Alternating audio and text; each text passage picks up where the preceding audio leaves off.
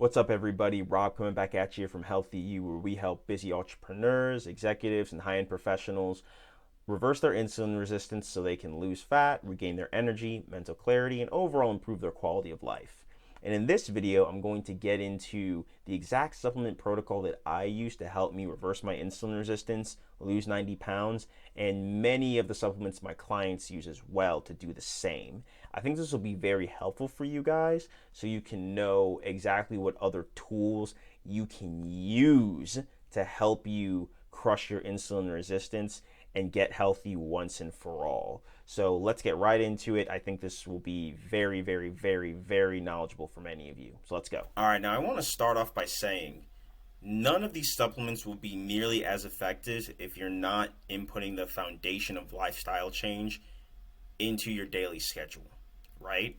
Now remember, our goal is to stabilize our blood sugar levels so we can lower our insulin levels, okay? So the best way to do this is removing the sugar and calorie dense foods from our diet. All right, you want to stop drinking anything with calories. You want to remove all the sodas, dessert coffees, all that crap's got to go. Okay, you want to remove, like I said, the junk food as well. Now, I went into that a lot in the last video, so you can check more of that out so you can know what I'm talking about. But we want to centralize the foods that we're eating around whole foods, okay?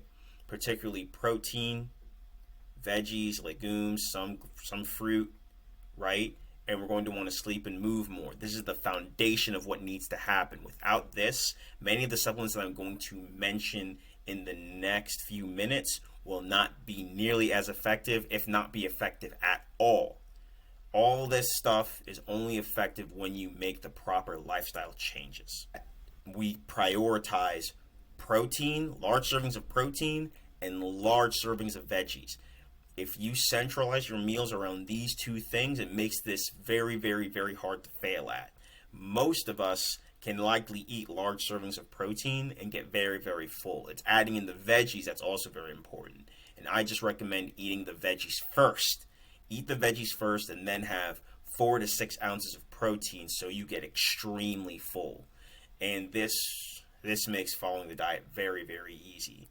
And have some fibrous carbs that'll come from the veggies or some legumes if you want to afterwards. And this helps slow down your gastric emptying and help you have a much, much lower blood sugar spike.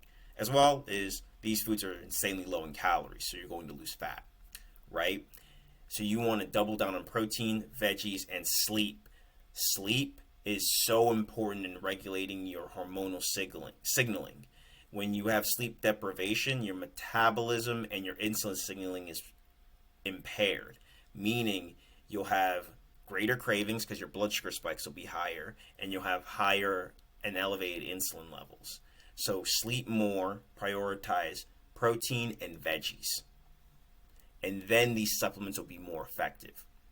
So, my supplement protocol looks a lot like this. I use the following: apple cider vinegar, berberine, turmeric, fish oil, vitamin D3, K2, a multivitamin, a post-workout shake for when I lift, and a shake that I use to break my fast. And when I take these, the dosages and all that will be explained right now.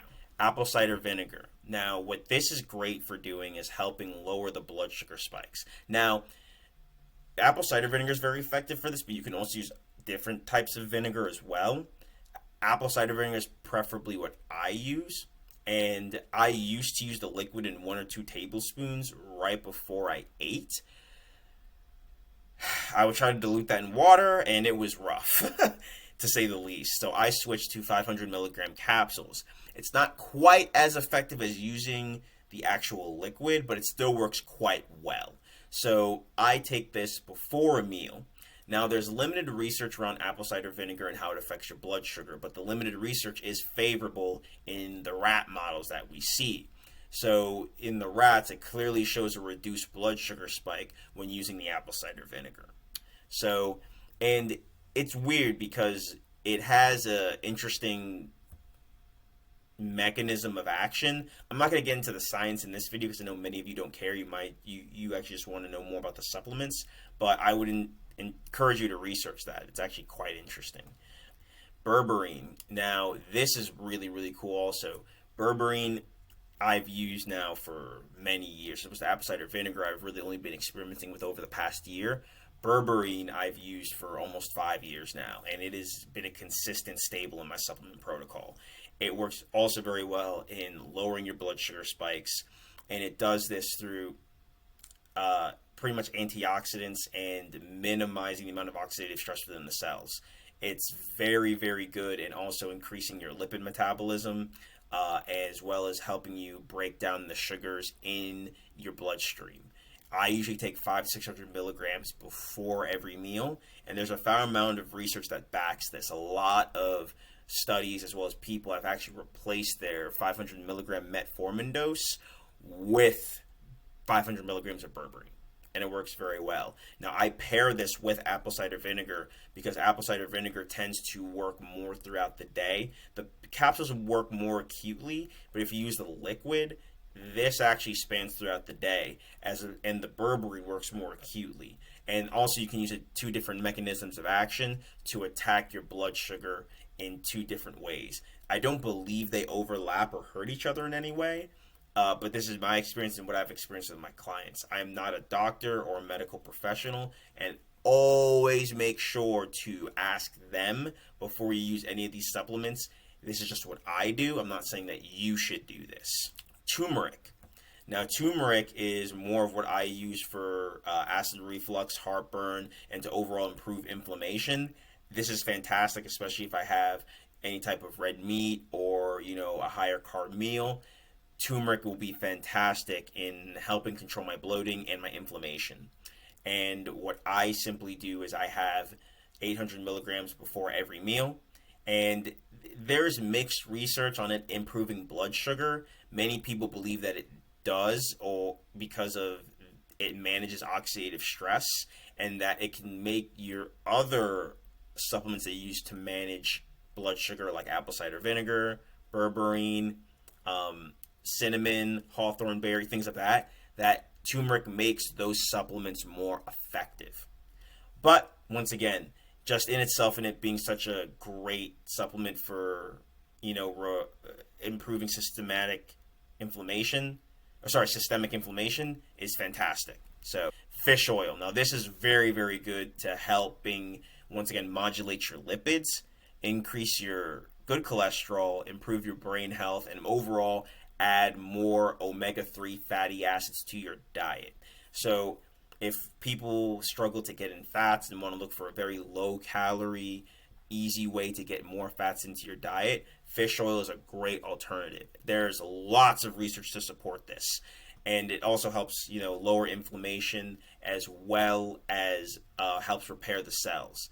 So I would heavily use fish oil, and I still do. I have 1,000 milligrams of fish oil with every meal. So you can take this before you break your fast, take it before you have your meals or any type of snack. It's fantastic. It works very, very well. And multivitamins and specific vitamins. So I use a multivitamin as well that has a bunch of vitamins and minerals. I take that before every meal, as well as vitamin D3. Now, vitamin D3 it's great for a lot of things in the body. But one of the big things is if you're insulin resistant, your body is not as good as absorbing vitamin D3. So you can supplement this with taking a soft gel that will contain anywhere from 5 to 10,000 IUs, or you can just walk outside. The sun gives you a lot of vitamin D. And vitamin K2 is great for also breaking down lipids, lipid metabolism, and repairing atherosclerosis if you have plaque buildup. So, how I break my fast. This is a big one. I break my fast. So I break my fast with a shake. And this is something that I've transitioned to over the last 2 years or so. Instead of breaking my fast with a meal, I'm very much more focused now on productivity. So breaking my fast with a shake is actually more productive than sitting down and eating a meal. And I'll usually push eating later out into the day. Now, this will help me modulate my cravings, stay full, and the shake tastes pretty damn good. So I actually look forward to breaking my fast with the shake. So this is what I'll do. I'll have 1.5, I was supposed to say cups, 1.5 cups of whole milk. Now, I know many think, oh my God, that's so much sugar, this and that. I've actually showed this in my stories before. I don't have much of a blood sugar spike from this shake at all. That's because of all the other things I put in it. Now, I also put 1.5 scoops of whey protein. This will usually be around 40 grams of protein just from the whey protein. And then, because of the 1.5 cups of milk, that's another 10 to 12 grams of protein. So there's 50 grams of protein in the shake. Then I'll add 5 grams of creatine, 1 tablespoon of psyllium husk. This also slows down your gastric emptying and helps you, use the bathroom. It's the main ingredient in Metamucil and helping you, empty your stool, right? I'll have 1 tablespoon of apple cider vinegar. This will have the liquid, and I'll just throw it in there. Half a tablespoon of olive oil, I'll throw that in there. Or sometimes I'll have 1,000 milligrams of fish oil. And then I have 1 scoop of my DNA nutrition. So I had my DNA and my epigenetics tested, and I actually work with a specific supplement company to give me a pretty much powder version of all the nutrients that I need to pretty much attenuate to some of the genetic dispositions that I have. And this has been insanely helpful over the last few months. I'll talk more about that in a separate video, but this works very well in terms of what I use to break my fast. And this is also very similar to what I also use post-workout, minus the amount of olive oil, fish oil, apple cider vinegar. I don't have that much when I do, post-workout. I'm more focused on the milk, the whey protein, the DNA nutrition, and the creatine. But this is what I use for my supplement protocol. A lot of my clients use bits and pieces of this as well and what fits for their lifestyle. So yeah, guys, I hope you learned a good bit from that video. That's the supplement protocol that I use. But remember, be sure to work with your medical professional, doctor, nurse, to go over these supplements before you use them. Because, like I said, I'm not a doctor. So this is just what I use. I've consulted with many doctors as well as medical professionals to create this supplement protocol for myself. So it's really up to you on how you want to take this information going forward. But I think this could be helpful for many of you, and that's why I decided to share it. So remember, none of this is as helpful without the foundational principles of lifestyle change. So make sure you're prioritizing whole foods with protein, vegetables, legumes. You're getting that 7 to 8 hours of sleep every night, and that you're walking, you're getting movement in, particularly after you eat. Anyway, I hope this is helpful to you guys. Be sure to follow me on Facebook, TikTok, Instagram. DM me if you have any questions. If you're a busy entrepreneur, executive, high-end professional, and need help with this stuff, feel free to book a call below. I have a Calendly link. We can schedule a time to talk, or you can DM me and ask me questions. Okay? Be sure to hit the notification bell, like the video if this was helpful, and subscribe. Talk to you soon. Peace.